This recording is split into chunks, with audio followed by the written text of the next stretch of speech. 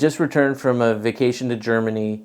To start with, we flew into Berlin, and I'm going to give you guys a little bit of information on what it's like to be a tourist in Berlin and to do sightseeing there.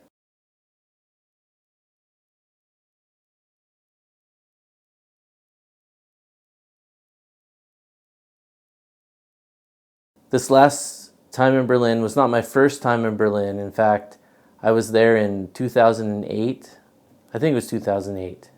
Berlin has a lot of sights to see, and I'm going to list the major ones for you guys that really, if you ever go to Berlin, you're going to want to check out. And this isn't in any order of importance. So there's the Reichstag. I think today it's called the Bundestag. It's the German Capitol building. The Reichstag was built between 1884 and 1894 and was dedicated in 1895 as the Parliament of the German Empire. In 1933, it was severely damaged in a suspicious fire, which was heavily propagandized as being caused by communists. This event was used by Hitler to seize power. Today, the Reichstag houses Germany's Bundestag.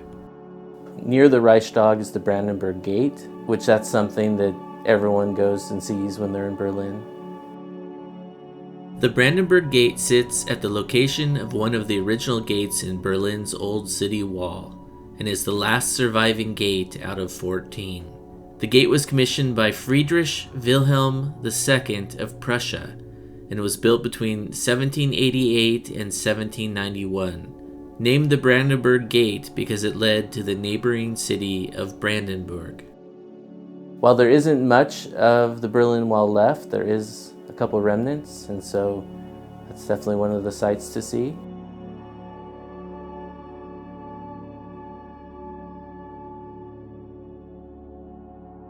The Berlin Wall Memorial is Berlin's most substantial site related to the wall.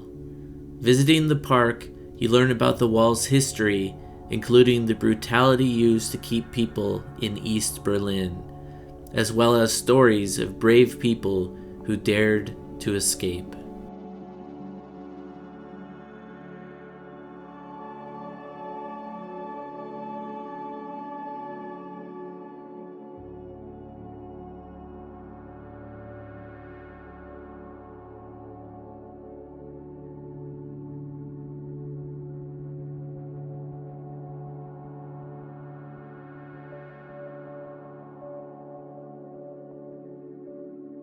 Some of the people that perished crossing the wall.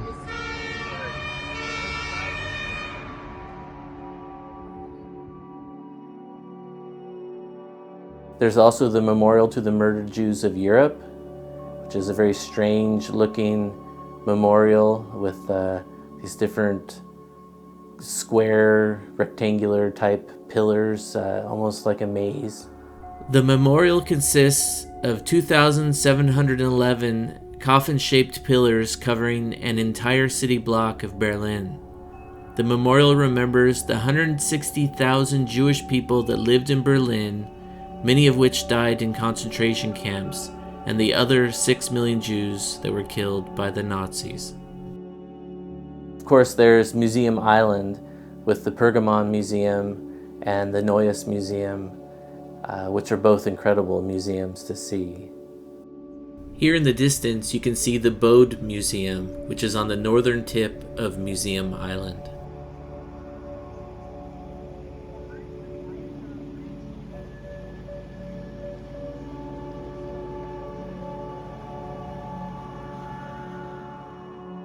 The Alta National Gallery and the Altes Museum.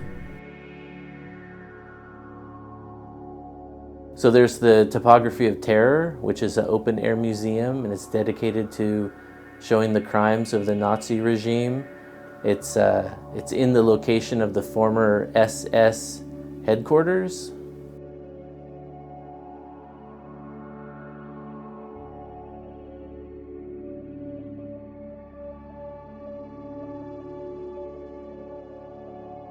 There's another museum, it's called the Museum of the Wall at Checkpoint Charlie.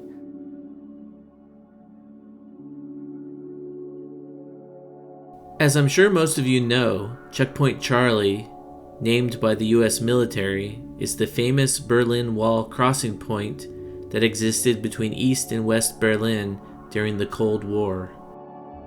Really lastly, the other big site is the Berlin Cathedral. The Berlin Cathedral, or Berliner Dom in German, is a monumental German Lutheran church and house of Hohenzollern-Turm on the Museum Island in central Berlin. The church was built from 1894 to 1905 by order of Kaiser Wilhelm II. Having been to Berlin twice now, for me the highlight of sightseeing in Berlin are the museums on Museum Island, specifically the Pergamon Museum and the Neues Museum. They're really incredible. The artifacts that they have there, literal buildings that have been moved from far off locations that have been reconstructed inside these museums. It's incredible, and you definitely want to check them out. The Neues Museum houses 3 thematically related exhibits from the State Museum's collections. The collection of Egyptian art from the Egyptian Museum and Papyrus Collection, objects from the Museum for Prehistory and Early History, and classical antiquities from the Antique Collection. This joint exhibition, featuring artifacts of such rich diversity, traces the development of prehistoric and proto-historic cultures spanning from the Middle East to the Atlantic and from North Africa to Scandinavia. Here you have some incredible garnet cloisonné weapons and jewelry.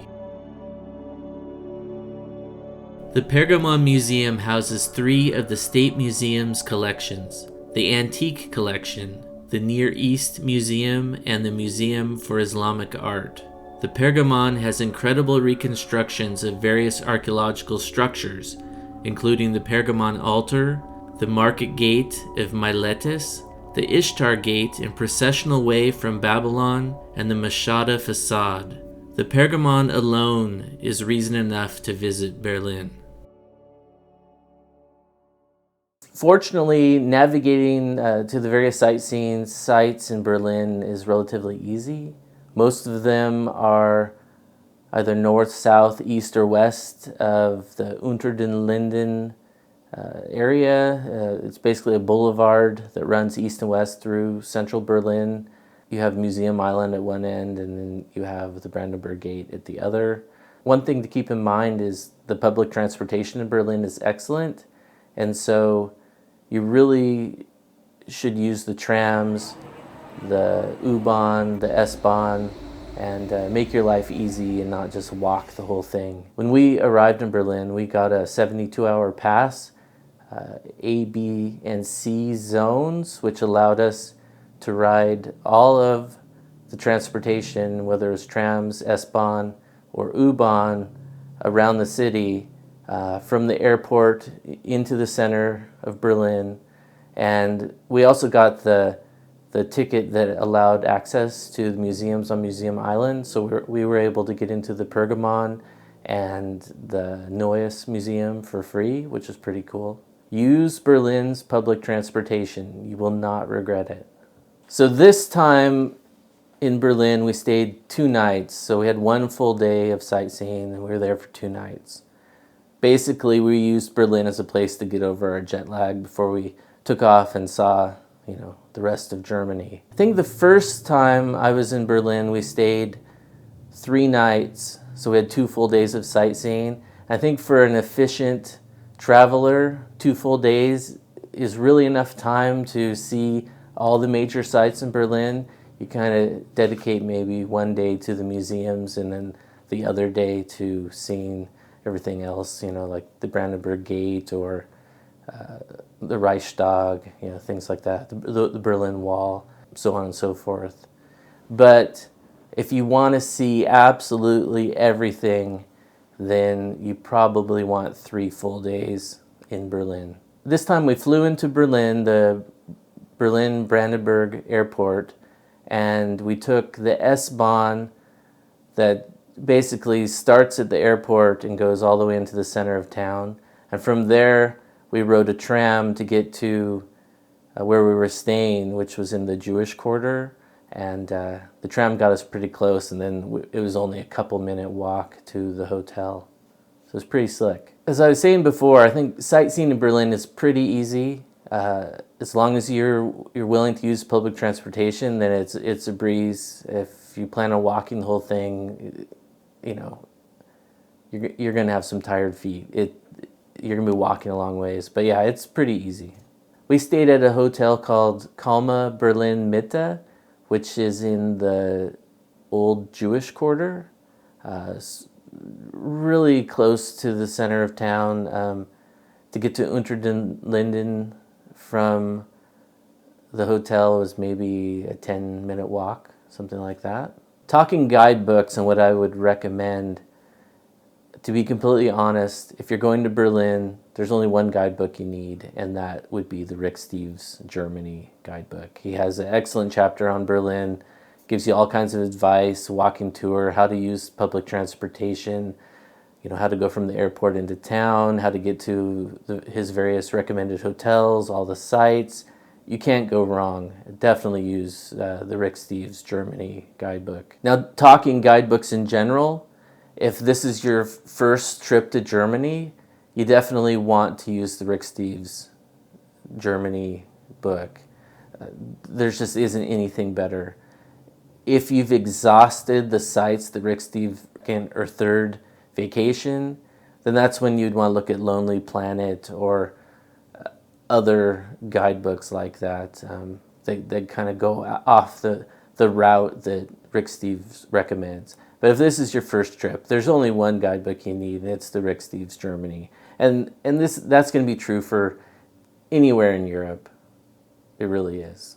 One thing to add is don't be fearful about trying the different foods around Berlin, and try to find German foods like schnitzel or different kinds of bratwurst, things like that. But also look at other ethnic foods. And one thing that's really incredible that's in Berlin and other parts of the country is the doner. It's excellent. And the currywurst in Berlin is excellent. You have to try it. Very, very good. I hope you enjoyed this video on Berlin. If you have any questions about staying there, traveling, sightseeing, anything like that, please leave your questions in the comment section and I would love to answer them. Stay tuned. There's going to be a whole series of videos of us checking out various historic sites, and they're going to be coming out every Sunday. And I look forward to seeing you on Searching for History. Oh yeah, this is definitely heebie-jeebies. Oh yeah, one round and I'm done. Holy crap.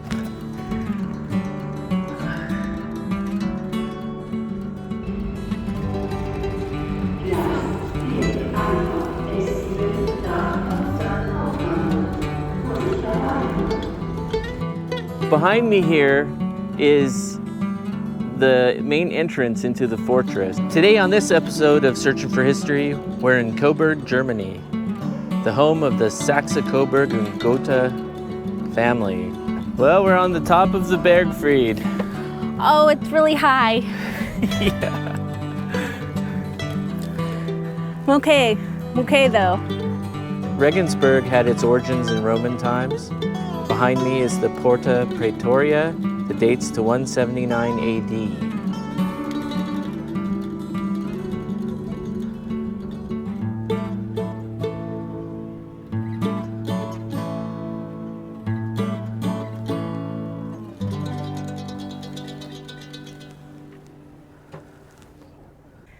Don't forget to like, share, comment on this video, and please subscribe to this channel.